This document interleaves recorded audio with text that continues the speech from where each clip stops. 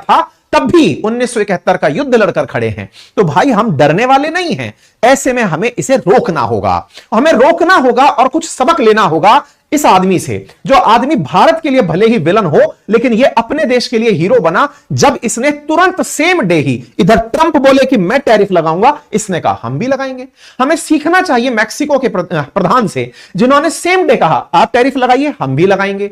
हमें सीखना होगा इनसे, जिन्होंने कहा अगर आपको आना ही है तो आइए, दो दो हाथ कर ही लेते हैं। हमें बोलना होगा, हमें अपनी बात रखनी होगी, और इसकी शुरुआत कहां से होगी, ये सारी बातें आज के सेशन में शुरू से शुरू करते हैं।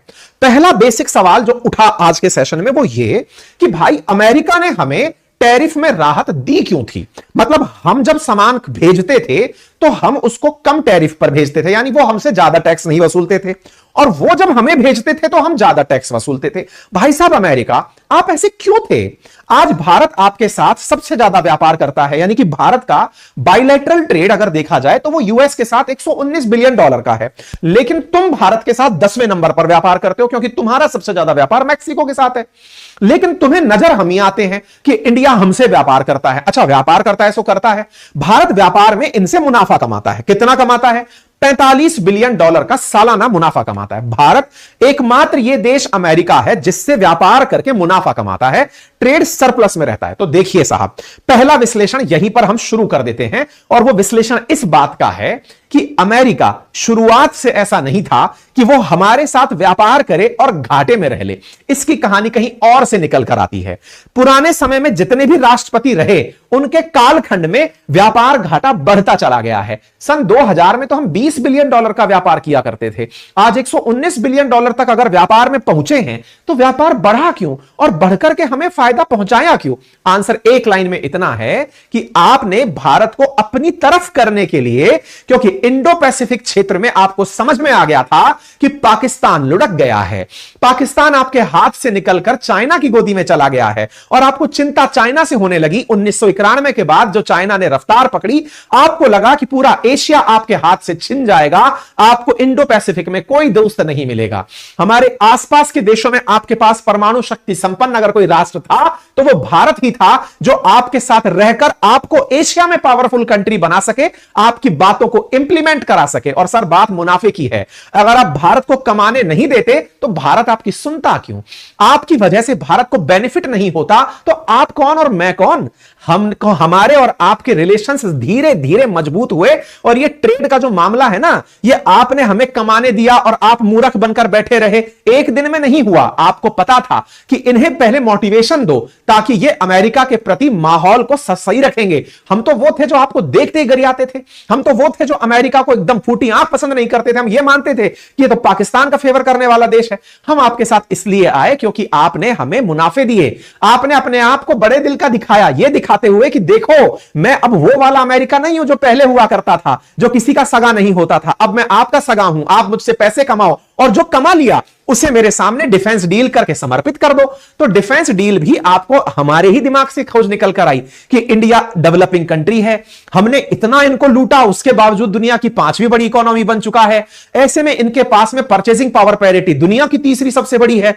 कल को अगर हमारे हाथ से यह बाजार निकल गया तो हमारे डिफेंस इक्विपमेंट खरीदेगा कौन? आपको तो दिख रहा था उभरता हुआ बाजार है, जाकर रूस से व्यापार कर रहा है। अब अगर यह रूस से व्यापार कर रहा है तो हमें इसको अपनी तरफ लाना पड़ेगा। लाने के लिए आपने ये दाना चला, तो आप ये मूर्ख बनना छोड़ें। डोनाल्ड ट्रंप, आपको पता हो कि आपने ये सारा खेला जो हमारे साथ खेला था वो जानबूझकर खेला था शुरुआत में अमेरिका ने।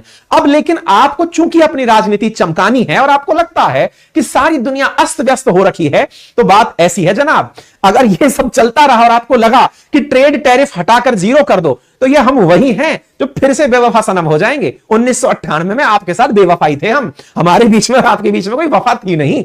20 बिलियन डॉलर का व्यापार ले देकर हुआ था, और वो भी आप ही करने आए थे कि नहीं संभाल लो इसको, नहीं तो ये उखड़ जाएगा। ठीक है ना? तो कुल मिलाकर बात ये है कि फिलहाल आपको हमें इंटरेस्ट आ रहा है क्योंकि हम बड़े हो रहे हैं, आपको अपने ऊपर इंटरेस्ट इसलिए आ रहा है क्योंकि आपकी व्यापारिक नीतियां सुलझ रही हैं। आपने जानबूझकर हम जैसे देशों पर जर्नलाइज सिस्टम ऑफ प्रेफरेंस लगाकर उठने का अवसर दिया था ताकि इन्हें एक बार के लिए देखो, आज हम अमेरिका की सुने क्यों? एक कॉमन सी बात सोचकर चलें। आज हमसे कोई यह कहता है कि अमेरिका सैंक्शन लगा देगा तो हमारे पसीने छूटते हैं, और यार अमेरिका सैंक्शन लगा देगा। अरे भाई, सैंक्शन लगाने का अर्थ क्या है? सैंक्शन लगाने का अर्थ है आप हमसे व्यापार रोक दोगे, हमको व्यापार से होने वाला मुनाफा खत्म हो जाएगा, मुनाफा खत्म हो जाएगा तो हम डरते हैं।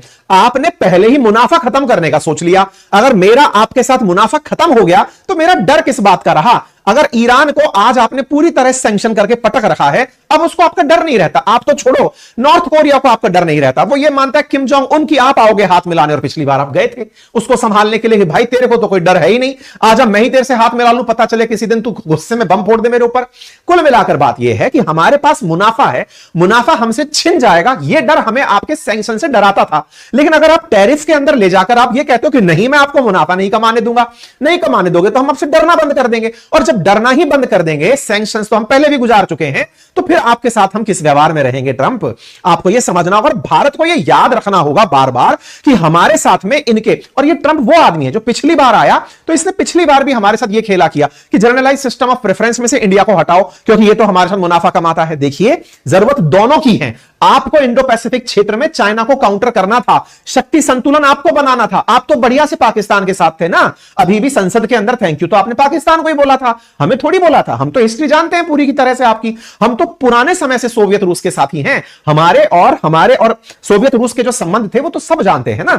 अगर हम बात करें चाइना की और पाकिस्तान की, इनकी दोस्ती जगजाहिर होने के बाद आप हमारी तरफ आए क्योंकि चाइना बहुत तेजी से बढ़ रहा था, पाकिस्तान उसकी तरफ चला गया, आपकी निगाहें हम पर आई क्योंकि दुनिया पर रशिया और अमेरिका कब्जा करने की चाहत लंबे समय से रख रही थी। लड़ते ये दो ही थे, तब तक इंडो पाकिस्तान युद्ध भी चलता था। अचानक थर्ड प्लेयर ये जो पांडा निकलकर आया चाइना, इसके आने के बाद आपकी समीकरण बिगड़ी। आपको लगा कि रोकने के लिए इंडिया ही हमारे पास एक सॉल्यूशन हो सकता है। तभी तो 2017 में ट्रंप महोदय आप ही ने क्वाड को दोबारा जिंदा कराया था, जिसे चाइना ने कहा था कि ये तो दोबारा नाटो बना रहे हैं। तो ये जो नाटो बनाने की कवायद बाद में शुरू हुई, जिसमें आपने हमारे साथ में बाइडेन को भेजा, खुद भी रहे, जो क्वाड की मीटिंग्स हुई, क्यों बुला रहे थे भाई? अमेरिका, भारत, जापान और ऑस्ट्रेलिया को, ताकि आप चाइना को काउंटर कर सकें। और हम आपकी क्यों माने भाई? हम आपकी इसलिए मान रहे थे क्योंकि चाइना से व्यापार करके हम घाटे में रहते थे, आपसे व्यापार करके फायदे में रहते थे। व्यापारिक फायदा था तो हमने सोचा चलो इस मीटिंग में भी आपके साथ हो लेंगे, अदरवाइज हमको आपकी क्या जरूरत थी। और ये बात मैं नहीं बोल रहा, ये आपके पिछले कार्यकाल के विदेश मंत्री थे माइक पोम्पियो, ये भी इंडिया आए हुए हैं और इन्होंने अभी आकर के एक मीटिंग में, अभी इंडिया टुडे को ही अपने इंटरव्यू में यह कहा है कि ट्रंप ये जानते हैं कि चाइना को काउंटर करने के लिए इंडिया ही एक अच्छा अल्टरनेटिव हो सकता है। ये आज की बात है, ये बोलने वाला व्यक्ति कोई और नहीं है, ये पुराने वाला जो आपका कार्यकाल था उस समय का विदेश मंत्री है जिसने ये लाइन बोली है। इसका मतलब आपको चाइना के पड़ोस में कोई मजबूत देश नहीं दिखा जो आपके साथ रह सके, तो भारत दिखा, तब आप हमारे साथ आए। और मैं याद दिलाऊं ट्रंप महोदय, आपको यह याद हो कि आपको चाइना को काउंटर करने के लिए भारत की जरूरत लेमोआ एग्रीमेंट के अंदर भी दिखाई दी, जब आपने हमारे साथ में logistic exchange memorandum of agreement किया, इस बात के लिए कि कल को अगर हमें चाइना पर हमला करना हुआ तो लॉजिस्टिक्स, इनके जो फाइटर जेट्स हैं वो भारत का यूज कर सकेंगे। इसके लिए आप हमसे एग्रीमेंट करने आए थे। इसका मतलब समझिए सर, पर्रिकर साहब के टाइम पर जो आपके साथ ये एग्रीमेंट हुआ था, ये सारी की सारी स्थितियां इस ट्रेड पर ही टिकी थी। हम दो पैसे के फायदे में रहते थे, इसलिए आपकी इन 50 बकवासों को सुनते थे, अदरवाइज तो हमारे साथ रशिया ही बढ़ा था। इस आदमी की गलती गड़बड़ क्या है ना, ये फेंके चला जा रहा है और इंडिया इसके मांझे को उलझता चला जा रहा है, लपेटता चला जा रहा है। हमें इसे रोकना होगा। रोकना, अगर रोका नहीं गया तो ये एक साइकोलॉजिकल प्रेशर इन्वेस्टर्स के दिमाग में क्रिएट कर देगा, ट्रेडर्स के दिमाग में क्रिएट कर देगा, दुनिया के सामने भारत की इमेज को खराब कर देगा। इसे तो रोकना होगा कि ये जो टैरिफ बार बार चिल्लाता है, टैरिफ चिल्लाता है और ऊपर से F-35 बेचने चला आता है कि मेरा F-35 ले लो। क्यों भाई, हम कैसे ले लें तुम्हारा F-35? रशिया ने हमारे साथ ऐसा कभी नहीं किया।